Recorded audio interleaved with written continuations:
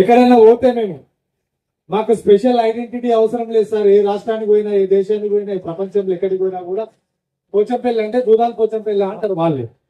కాబట్టి మేము తాలూకా పేరు, జిల్లా పేరు ఇవన్నీ చెప్పుకోవాల్సిన అవసరం ఉండదు. డైరెక్ట్ పోచంపల్లి అని చెప్పుకుంటాం.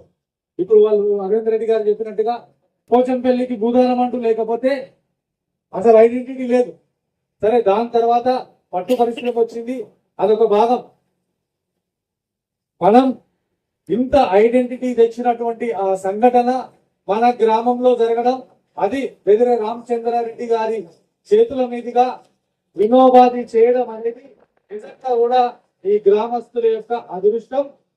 ఇంత ఘనత సాధించినందుకే మనం ఎక్కడ పోయినా కూడా పోచంపల్లి చరిత్ర ఎల్లవేళలా ఎల్లలు దాటి పోచంపల్లి ప్రతిష్ట ఉంది ఇప్పుడు మనకు. దాంతో పాటు పట్టుచీరల పరిశ్రమ, ఈ రెండింటితోటే మన జీవన గమనం సాగిస్తున్నాం పోచంపల్లిలో.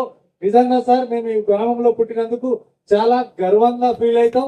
ఎంతో గొప్పగా కూడా మేము ఫీల్ అవుతుంటాం. ఏమనంటే కొంచెం చెప్పేటప్పుడు కూడా పోచంపల్లి అని జర లోపల నుంచి గర్వంగా వస్తుంది. కాబట్టి ఈ సందర్భంగా నేను ఎక్కువసేపు ఏం మాట్లాడేది లేదు. ఆనాడు అంతా 100 ఎకరాలు ఇచ్చింది కాబట్టి ఎన్నో కుటుంబాలు వాటిని వినియోగించుకొని ఈ రోజు జీవితాన్ని గడుపుతున్నారు. ఆనాటి ఆ భూదానమే 44 లక్షల ఎకరాలకు భూదానం చేయడానికి నాంది పలికినటువంటిది.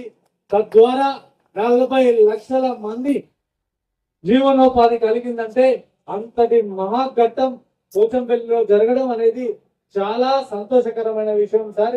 ఇది ఇప్పుడే కాదు, ఈ భూమినంత కాలం ఈ చరిత్ర నిలిచిపోతుంది. ఈ 2 పేర్లు మేము చెప్పుకొని జీవితం 60 ఏళ్ళు మాకు కూడా వచ్చేసినాయి. రామచంద్రారెడ్డి గారి పేరు, వినోబాజీ పేరు. అందుకే మనం ఈ గ్రామంలో పుట్టినందుకు గర్విస్తూ, అప్పుడు చేసినటువంటి ఆ దాన గుణమే ఇప్పటికి కూడా సార్ పోచంపల్లిలో చాలా మందికి అలవాటు అయిపోయింది. అది దానం చేయడం, శాంతియుతంగా మాట్లాడడం, ఏదో కొట్లాటలు లేకుండా ఉండడం అనేది గత 75 సంవత్సరాల నుంచి అలవాటు పడి ఈ రోజు పోచంపల్లి అంతా కూడా సస్యశ్యామలంగా, శాంతియుతంగా, కొట్లాటలు లేకుండా దానం గుణం కలిగినటువంటి వ్యక్తులు ఉన్నారంటే మా భూదాన్ పోచంపల్లి సార్. మేము సగర్వంగా ఫీల్ అయితే మరొకసారి తెలియజేస్తూ థ్యాంక్ యూ.